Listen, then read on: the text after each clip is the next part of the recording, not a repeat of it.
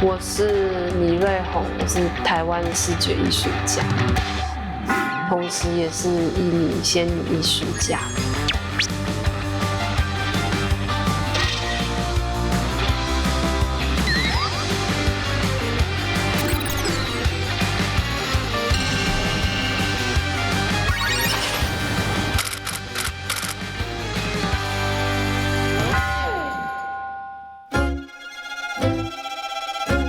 大概23岁左右，我想说，这个社会是不是有一个筛选机制，在把属于这个社会最好的女性去分类出来的？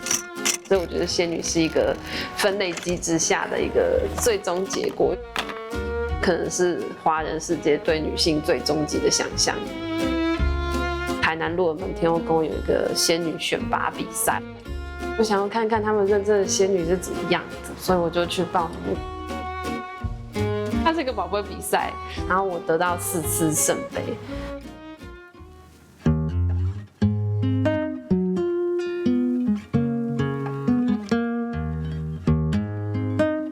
我觉得所有的创作起因都是一个游戏，跟我想要知道一个答案。一直在思考手工艺扎扎实实就是认真画这件事情，在这个时代到底还有没有意义？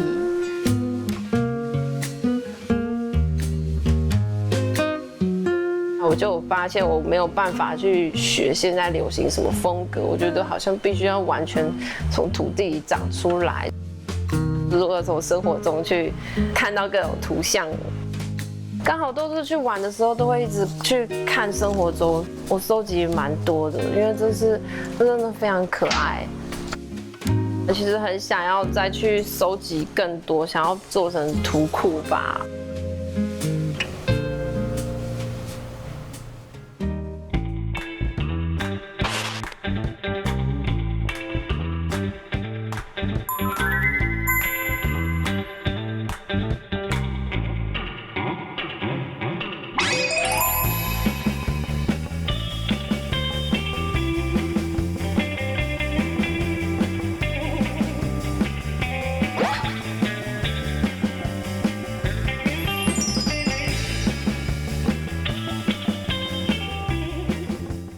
你既然看到这两边，它其实就是我在学的瓷砖彩绘的壁画。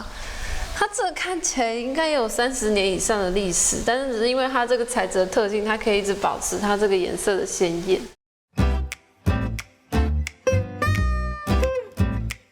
觉得好像每几年都会着迷于不同的材料。去宫庙看这些瓷砖的画，它都是在呈现，比如说是《封神榜》，或者是中国的文学作品，或是各种忠孝节义的故事。我在先思考说，那日常到不行的日常，可不可以也用这种磅礴的方式去呈现？可我其实都不是在拍神明，我都在拍旁边的装饰。比如说，我是拍他的台座，因为我都是拍回去只是看，就是造型参考，就是如果我要做类似的东西。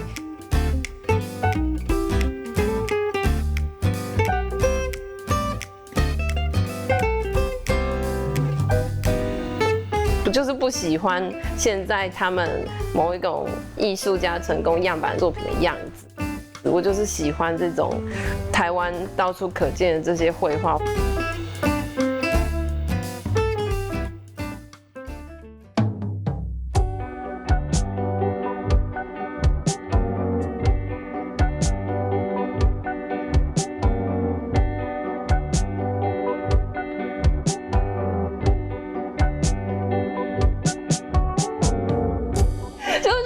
努力的符合这个社会对艺术家的想象跟投射。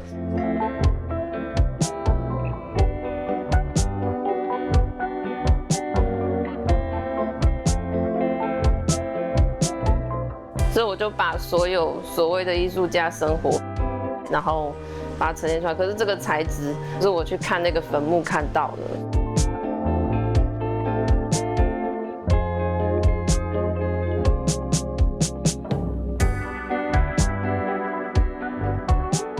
我常常有的时候会受邀去做一些很怪的讲座，去分享怎么样当一个有创意的人。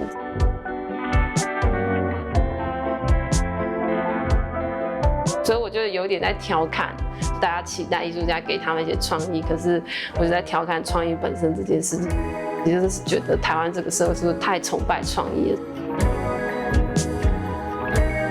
就持续在生活中找到艺术性吗？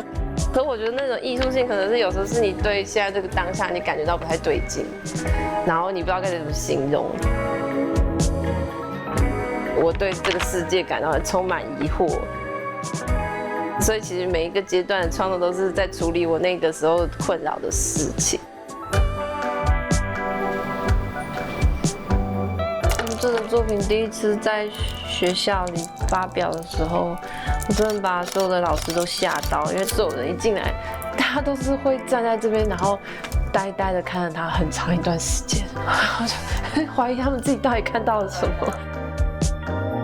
他们呢站在那个作品前面沉默，我就觉得当下其实觉得很开心。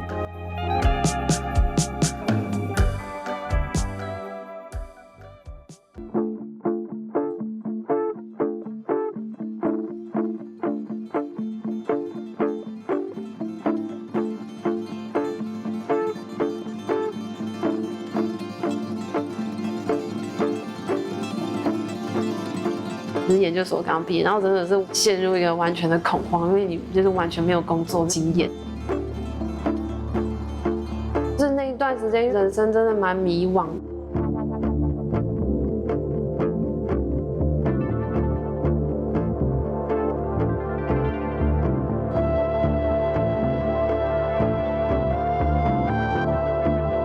就是刚刚我只走在路上，就有人问我说：“你要不要去那里上班？”我想说，有这个机会可以去林森北路那边上班。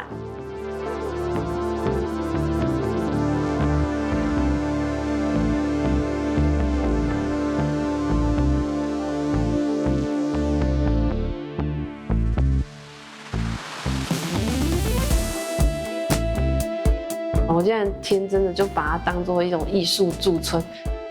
可是我又觉得那个世界，它很像在进入一个线上游戏。每个人都有一个画，我真的一进去，我的身份证都被扣押的，所以我在里面是没有身份的，所以比较像是一个性感漂亮的家具。我就觉得这件事情很有趣，想要玩这个界限。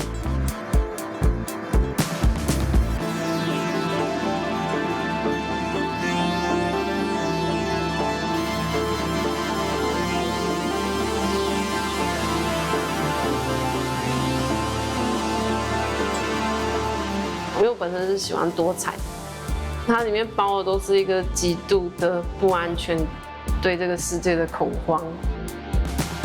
我就是让聪明的观众知道，其实不是表象那么只有可爱而已这么简单。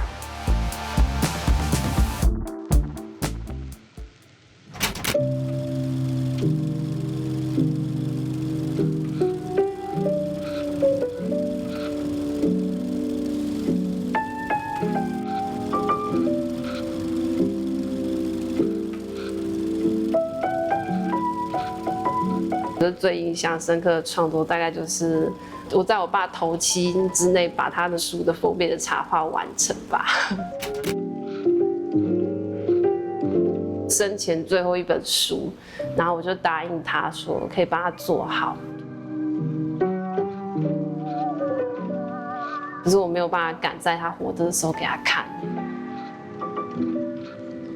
我就觉得那个是目前我对印象最深刻、感情最浓厚的一次创作吧。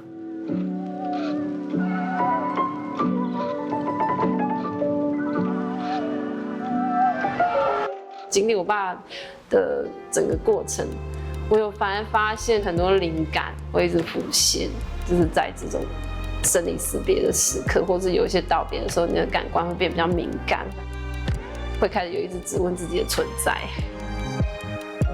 上再届的凤香画界祈求祝福林顶元气日进，百福千祥。中坛元帅拜一下，好，中坛元帅拜一下，头小心哦，转过来。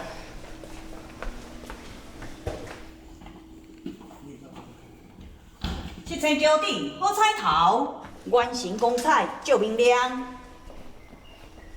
好，看到财神爷补财库，拜一下转过来，来给咱补钱运添财库，互咱正财偏财做回来。好，这边过火关，双脚踩上来，水火土五行运通，平安顺利。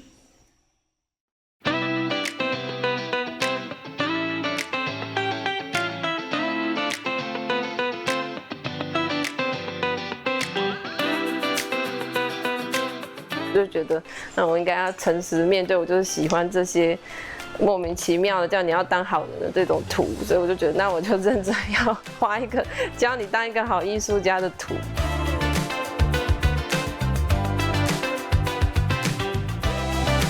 你要当一个健康的艺术家，你要正向思考、规律作息。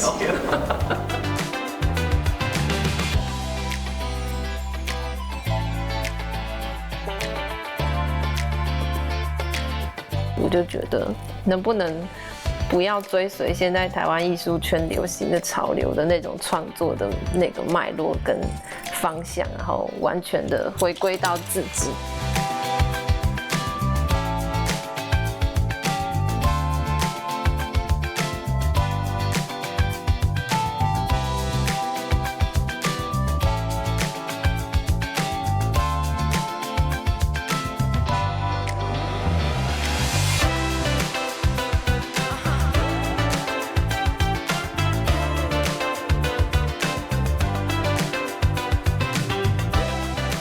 你没有办法去讲它艺术到底是什么，它可能就是一个你生命遇到这件事情，然后你很想要处理它。所以我觉得所有的艺术应该都是我需要做点什么来回应它。你遇到一个人生的困境，已经所有的命理老师都没有办法解决你的问题，你看书也没有办法解惑，那该怎么办？做一个东西。